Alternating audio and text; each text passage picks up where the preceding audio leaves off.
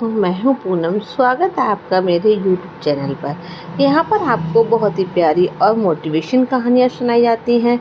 दोस्तों, जो हमारे बड़े बुजुर्ग लोग थे उन्होंने बहुत ही अच्छी बात कही थी कि मुझे नहीं मालूम कि पाप और पुण्य क्या होता है।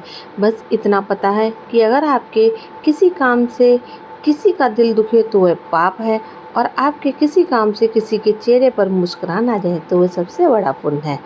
तो मैं ये कहती हूँ दोस्तों, जब भी आप इस चैनल पर आएँ, इस चैनल को सब्सक्राइब करना बिल्कुल ना भूलें।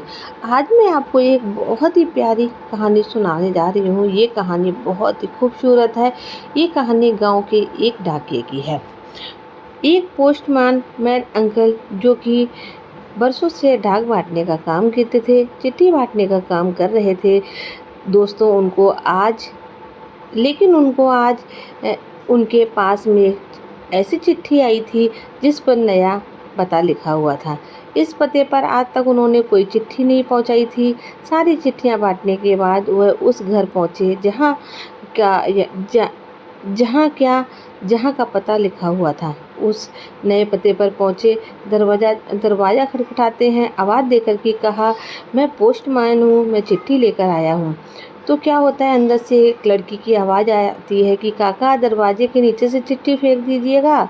पोस्टमैन साहब जो थे उनको गुस्सा आ गया कि मैं इतनी दूर से चिट्ठी देने के लिए आया हूँ, और ये अंदर से महारानी साहिबा को यहाँ तक आने में जोड़ आ रहा है। कहने लगे, अरे रजिस्ट्री है, दस्तखत करने पड़ेंगे, बाहर जा आओ। अंदर से आवाज़ आती है, 2-3-4 मिनट हो गए हैं, अंदर से कोई आवाज़ आया नहीं। उनको और गुस्सा आ गया कि अजीब बात है, चिट्ठी बांटने आया है और अंदर को कोई लेने नहीं आ रहा है। अंदर से 5 मिनट के बाद तकरीबन दरवाज़ा खुला। 12 साल की एक लड़की थी, उसने दरवाज़ा खोला और ये डाकिया साहब जो थे ये चौंक गए। उस 13 साल और 12 साल की लड़की के पैर नहीं थे। उसे गिलानी गिल्ट होने लगी कि मैं क्या इतनी देर से 5 मिनट भी वेट नहीं कर पाया। ये कहते इससे पहले उस लड़की ने कहा कि माफ़ कीजिएगा काका, आने में थोड़ी देर हो गई है। लाइए मेरी चिट्ठी, कहाँ है, लाइए मैं साइन करती हूँ। इसके बाद यह डाकिया जो थे उन्होंने आशीर्वाद दिया बेटी को और चले गए। 10-12 दिन के बाद फिर से एक चिट्ठी आई, उसे उसी पते पर। अब की बार वह वहाँ जाने के लिए और उत्सुक थे। पोस्टमैन साहब वहाँ पहुँचे, दरवाज़ा खटखटाया और कहा, बेटा चिट्ठी आई है, दरवाजे के नीचे से फेंक रहा हूँ, मत आना दरवाजे तक। तभी अंदर से आवाज़ आती है, अरे काका रुको रुको, आपको जाना नहीं है, रुको, आप जाना मत, मैं चिट्ठी लेने के लिए खुद ही आ रही हूँ। 2-3 मिनट के बाद वो लड़की आई और आकर के कहने लगी कि लाइए मेरी चिट्ठी दीजिए और आप रुके रहिएगा, मैं एक तोहफ़ा आपके लिए लेकर आ रही हूँ। अंदर गई और वापस आई तो एक छोटा सा गिफ्ट था, एक पैकेट था। ये जो काका थे डाकिया काका, ये कहने लगे, अरे क्या ये मेरे लिए क्यों? लड़की ने कहा, आप रख लीजिए, ज़्यादा कुछ मत सोचिएगा। अपने दस्तखत जा कर के खोल दी, अपने दरवाजे पर जाके खोल लीजिएगा, तब तक नहीं वादा रहा।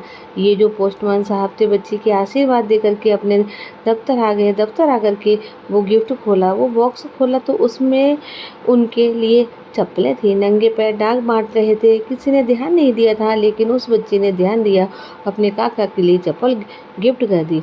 उनकी आंखें नम हो गई, रो रहे थे और सोच रहे थे कि उस बिटिया ने मुझे चप्पल तो गिफ्ट कर दी है, लेकिन मैं उसके लिए पैर कहाँ से लाऊंगा।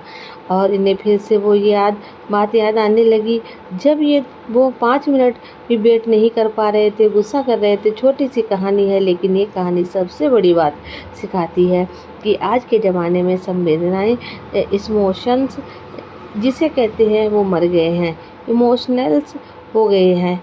हम बहुत जल्दी जज करने लगते हैं, बहुत जल्दी लोगों के बारे में राय बनाने लगते हैं। हमें इमोशनल्स नहीं होना चाहिए, क्योंकि इमोशन से ही, इन संवेदनाओं से ही ये संसार, ये दुनिया बहुत सुंदर बनती है। अगर इमोशंस ख़त्म हो जाएंगे तो किसी रिश्ते का कोई मायना नहीं रहेगा।